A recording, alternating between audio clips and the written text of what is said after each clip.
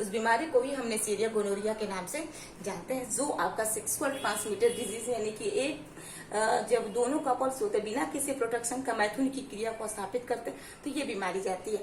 और देखा जाएगा बहुत सारे ऐसे बीमारी हैं जो सेक्सुअल ट्रांसमिटेड डिजीज है, जैसे कि आपका एड्स है, ठीक है, आपका अगर देखा जाएगा नेसेरिया गोनोरिया है, आपका देखा जाए मतलब ऐसे क्या है, बहुत सारे सेक्सुअल ट्रांसमिटेड डिजीज हैं जो एक से दूसरे के अंदर फैल सकते हैं, इसलिए हमें प्रोटेक्शन का सबसे ज्यादा जरूरत पड़ती है बच्चे। तो ये क्या है, ये फ्लैजिला है। ये फ्लैजिला किसमें हेल्प करती है, बैक्टीरिया को मूवमेंट में, यानी कि बैक्टीरिया को मूवमेंट में क्या करती है, ये हेल्प करती है ताकि बैक्टीरिया एक जगह से दूसरी जगह पर जाए।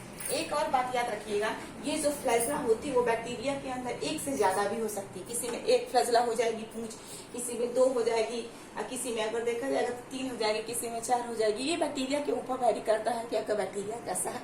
लेकिन फ्लैजिला हमेशा याद रखिएगा कि ये फ्लैजिला जो होती है वो मूवमेंट में ही हमेशा हेल्प करती है। तो देखो यहाँ पे फ्लैजिला हो गई, ये लॉन्ग स्ट्रक्चर हो गई। दूसरी बात अगर देखा जाए इस बैक्टीरिया के ऊपर छोटे छोटे क्या होते हैं आपके स्ट्रक्चर पाए जाते हैं। छोटे छोटे स्ट्रक्चर को हम क्या कहते हैं, सीलिया कहते हैं। देखो ये भी क्या छोटे छोटे स्ट्रक्चर पाए जाते हैं। ये सीलिया भी क्या करती है, देखो यार ये सीलिया भी क्या करते हैं, किसमें हेल्प करेगी, मूवमेंट में हो गई।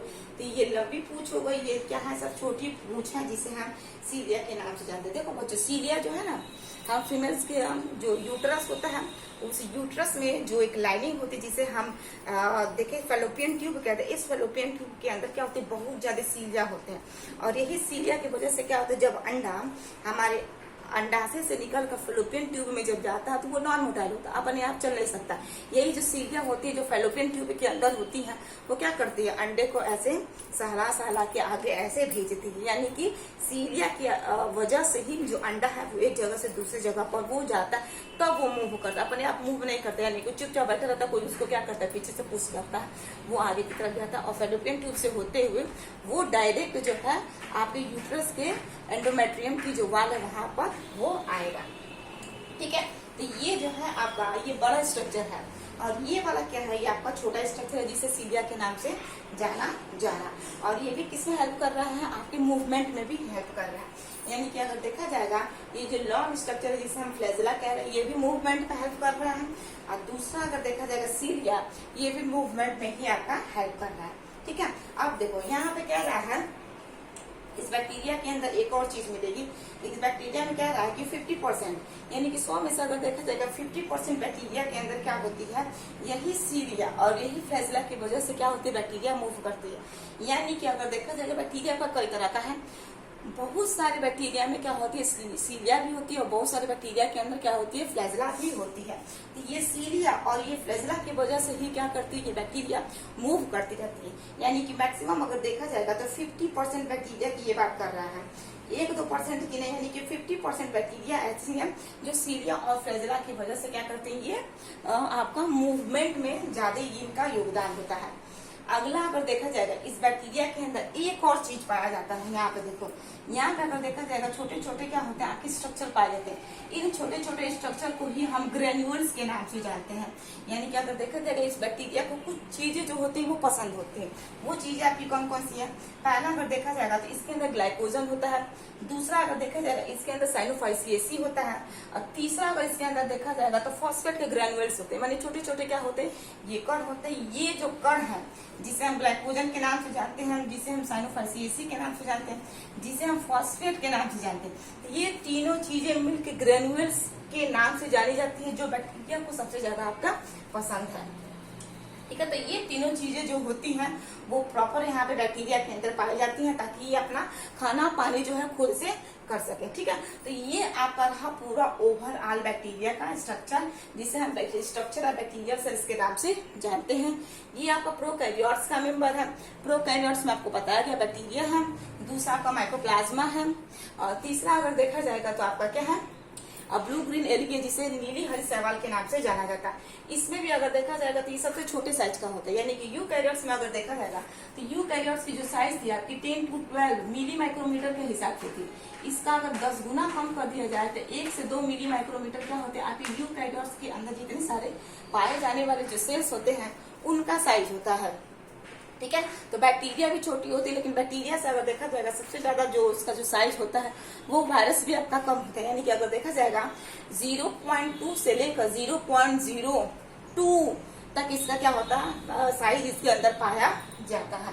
तो ये यूकैरियोट्स का साइज है, और ये हमारा किसका साइज है, सॉरी ये यूकैरियोट्स का साइज है, और ये हमारे 1 to 2 मिली माइक्रोमीटर जो है हमारे प्रोकैरियोट्स के अंदर जो पाए जाने वाले जो बैक्टीरिया है उसका आपका साइज है। तो यहाँ पे अगर देखा जाएगा पूरा आपका ओवरऑल यही आपका स्ट्रक्चर है जिसे हम बैक्टीरिया के नाम से जान रहे हैं। ठीक है। तो इस बैक्टीरिया के अंदर कुछ नहीं आपका पाया जा रहा। एक बार हम आपको अपनी तरफ से इसको हम बनाकर दिखा दे रहे हैं कि आखिर आपका बैक्टीरिया है। छोटा सा एक डायग्राम बना रहा है, उस छोटे से डायग्राम के अंदर आपको दिखा दिया जा रहा है कि आखिर इसके अंदर क्या क्या ऐसी चीजें जो है वो पाई जा रही, बस यही है। और यही स्ट्रक्चर जो है ना बार बार घुमा फिरा के पूछता है कि बैक्टीरिया है, बैक्टीरिया किसके अंतर्गत आती है, बैक्टीरिया के अंदर जो दीवार होती है वो कितने होते हैं, बैक्टीरिया की वो जो तीनों दीवार होती है वो किससे मिलकर बनी होती है, बैक्टीरिया के अंदर जो राइबोसोम्स पाए जाते हैं वो कितने प्रकार का होता है, बैक्टीरिया के अंदर अगर देखा जाएगा प्लाज्मिड क्या पाया जाता है, हाँ पाया जाता है, तो इसका क्या काम है, इसको हटा दिया जाएगा तो इसके ऊपर क्या प्रभाव पड़ेगा। तो देखो यहाँ पे थोड़ा सा हम आपको ओवरऑल एक व्यू दे रहे हैं इस बैक्टीरिया के अंदर। मान लो ये हमारा क्या होगा, ये हमारा बैक्टीरिया हो गया, ठीक है ना। इस बैक्टीरिया के ऊपर हमारी कितनी दीवार हो गई, 3 दीवार हो गई। तो ध्यान से समझना, पहला जो मेम्ब्रेन होता है उसे हम क्या कहते हैं, प्लाज्मा मेम्ब्रेन कहते हैं। क्या कहते हैं, प्लाज्मा मेम्ब्रेन कहते हैं। दूसरी जो दीवार होती है उसे हम क्या कहते हैं, सेल वॉल कहते हैं। और तीसरी जो दीवार होती है उसे हम ग्लाइकोकैलिक्स कहते हैं।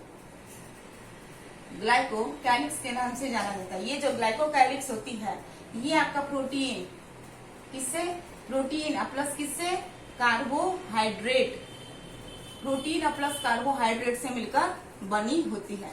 ये जो ग्लाइकोकैलिक्स होता है आपका 2 प्रकार का होता है, एक आपका हार्ड होता है, दूसरा आपका क्या होता है, सॉफ्ट होता है। जो हार्ड होता है वो कैप्सूल का बना होता है, और जो सॉफ्ट होता है वो स्लाइम लेयर का बना होता है। मतलब अगर देखा जाएगा ये बहुत ही ज्यादा आपका सॉफ्ट होता है। सॉफ्ट का मतलब अगर देखा जाए तो ये चिपचिपी होता है, चिपचिपी का मतलब अगर देखा जाए स्टिकी, ये आपका काफी क्या होता है, स्टिकी होता है। ठीक है।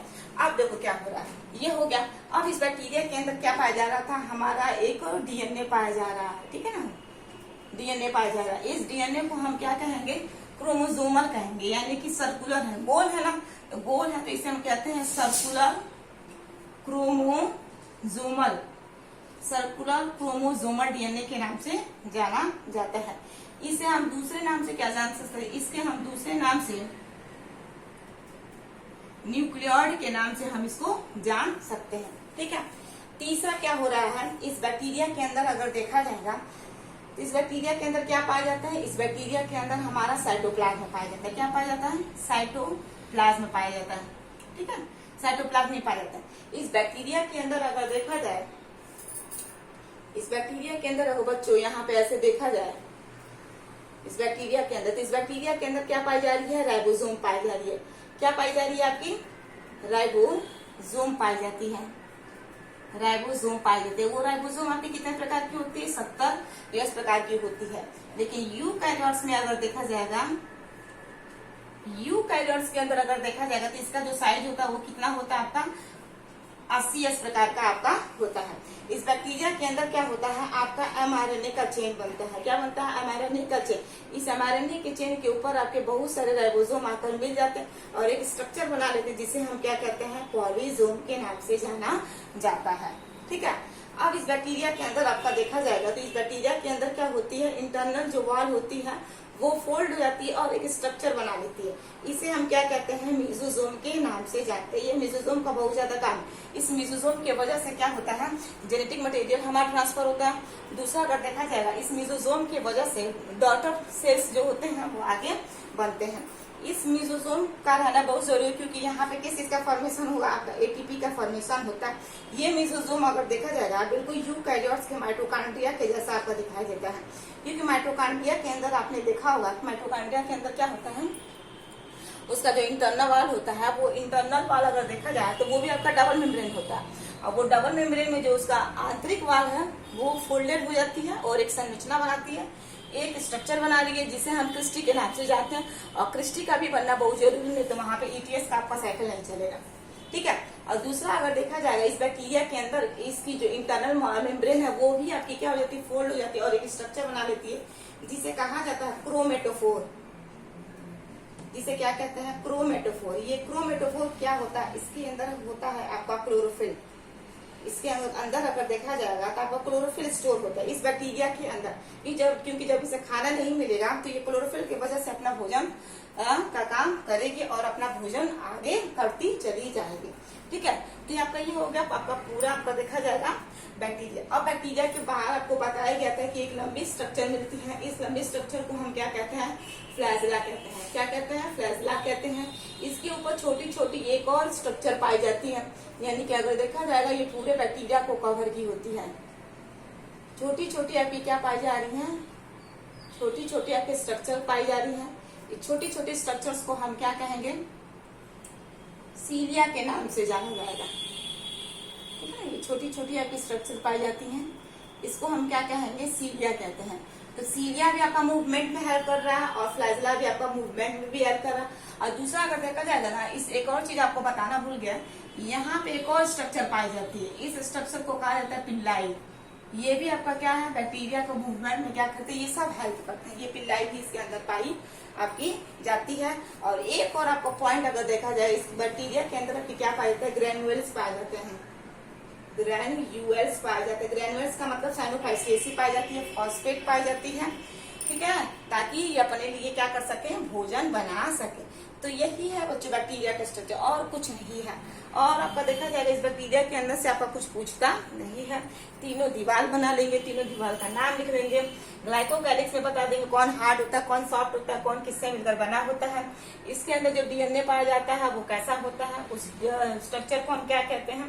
इसके अंदर जो पाया जाता है हिस्सा उसे हम क्या कहते हैं, साइटोप्लाज्म। इसके अंदर राइबोसोम्स पाया जाता है। इसके अंदर अगर देखा जाएगा आपका पॉलीसोम्स पाया जाता है। इसी के अंदर आपका मेसोसोम्स पाया जाता है। और इसी के अंदर आपका देखा जाएगा आपका क्रोमेटोफोर्स भी पाए जाते हैं। और इसके बाद फ्लैजेला भी होती है, सीलिया भी होती है, और आपका पिल्लाई भी पाया जाता है। तो आपका ये पूरा अगर देखा जाए बच्चों, ये ओवरऑल आपका बैक्टीरिया का स्ट्रक्चर हो गया।